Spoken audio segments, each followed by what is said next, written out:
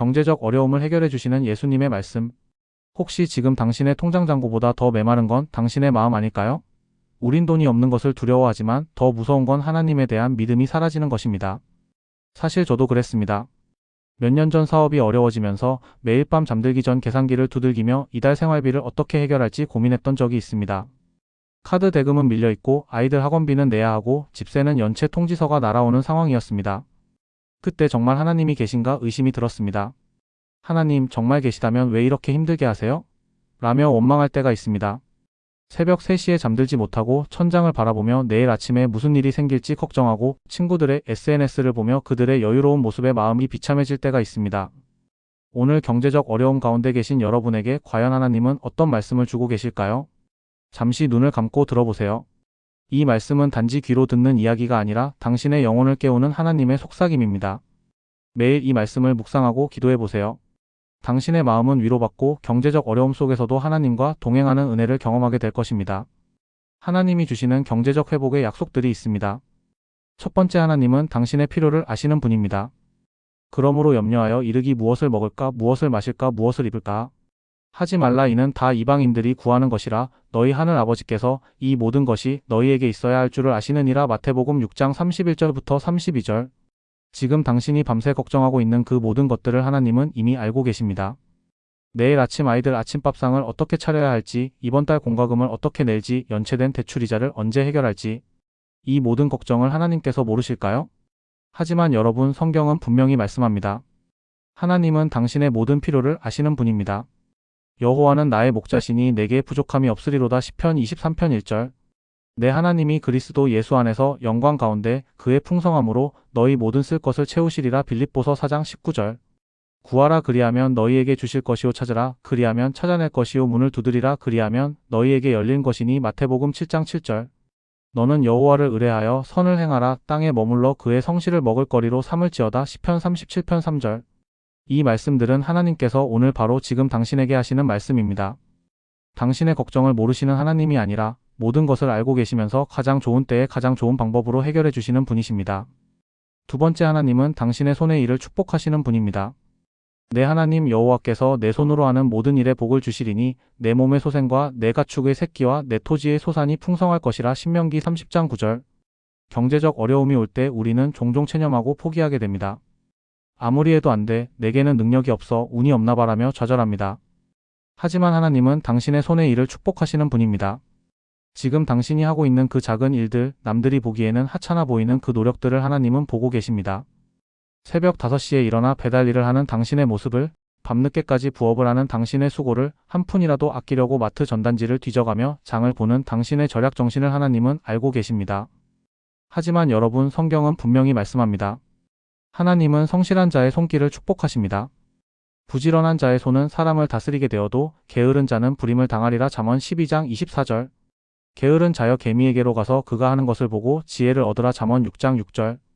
여호와께서 내게 복을 명하사 내 창고와 내 손으로 하는 모든 일에 그 복이 임하게 하시고. 신명기 28장 8절.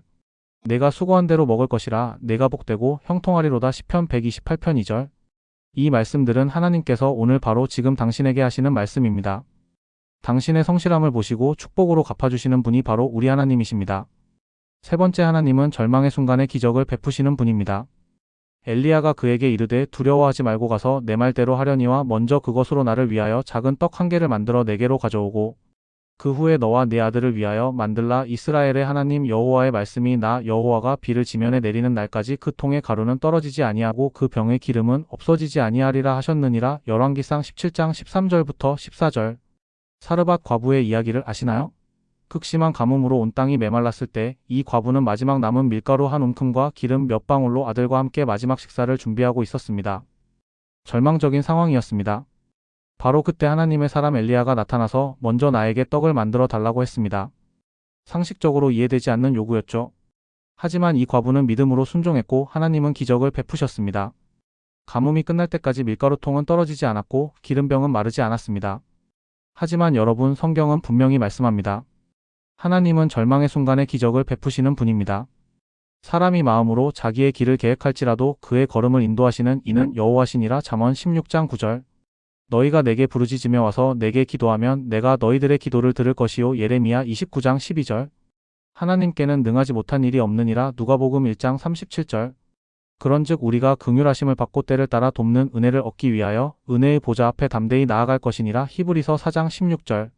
이 말씀들은 하나님께서 오늘 바로 지금 당신에게 하시는 말씀입니다. 당신이 더 이상 갈 길이 없다고 생각하는 그 순간이 바로 하나님의 기적이 시작되는 순간입니다. 네 번째, 하나님은 당신에게 지혜와 아이디어를 주시는 분입니다. 너희 중에 누구든지 지혜가 부족하거든 모든 사람에게 후히 주시고 꾸짖지 아니하시는 하나님께 구하라 그리하면 주시리라. 야고보서 1장 5절.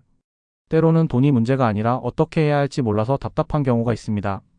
어떤 일을 해야 할지, 어떤 길로 가야 할지, 어떤 선택을 해야 할지 모를 때가 있습니다. 주변 사람들에게 조언을 구해도 각자 다른 말을 하고 인터넷을 뒤져봐도 확신이 서지 않습니다. 하지만 하나님은 당신에게 필요한 지혜와 아이디어를 주시는 분입니다.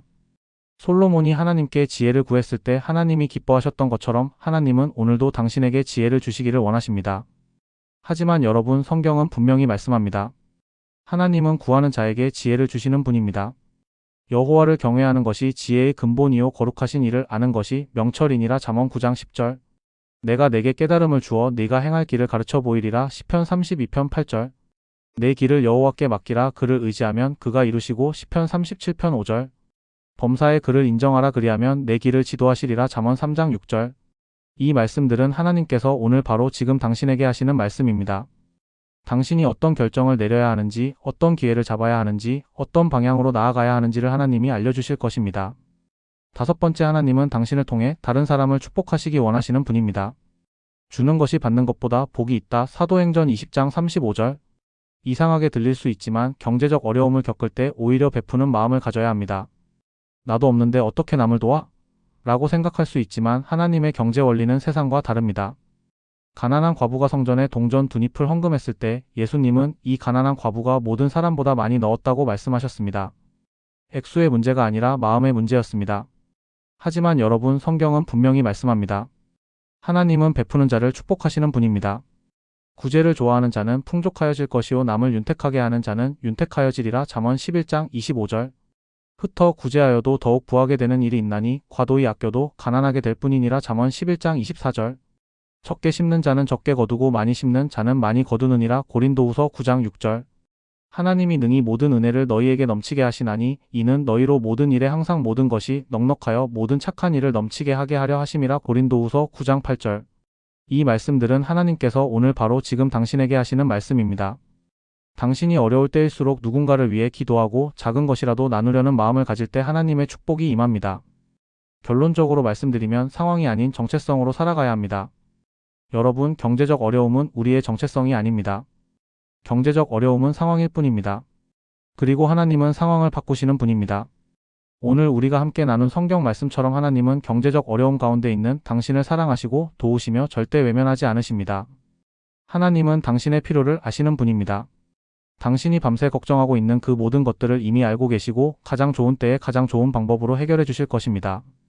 하나님은 당신의 손의 일을 축복하시는 분입니다. 지금 당신이 하고 있는 성실한 노력들, 작은 수고들을 하나님이 보시고 축복으로 갚아주실 것입니다.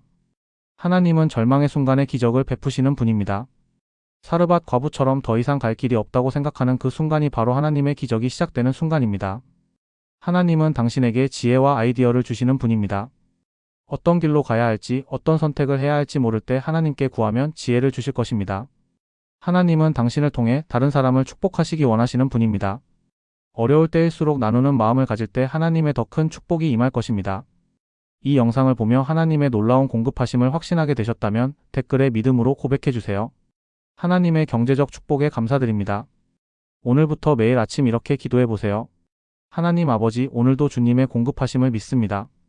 제 모든 필요를 아시는 하나님, 제 손의 일을 축복해주시고 절망의 순간에 기적을 베풀어주세요. 지혜와 아이디어를 주셔서 올바른 길로 인도해주시고 베푸는 자의 복을 경험하게 해주세요. 경제적 어려움이 제 정체성이 아니라 상황일 뿐임을 믿습니다. 주님께서 이 상황도 바꾸실 줄 믿습니다. 예수님의 이름으로 기도합니다. 아멘. 이 감사의 메시지가 은혜가 되셨다면 구독과 좋아요, 알림 설정으로 더 많은 은혜를 함께 나누어요. 한 번의 공유가 누군가에게는 인생을 바꾸는 경제적 회복의 시작이 될 수 있습니다. 하나님의 놀라운 경제적 축복이 오늘도 여러분의 삶 전체에 흘러가기를 축복합니다. 함께 기도하며 말씀을 붙잡고 내일도 주님의 공급하심 속에서 살아가시기를 축복합니다.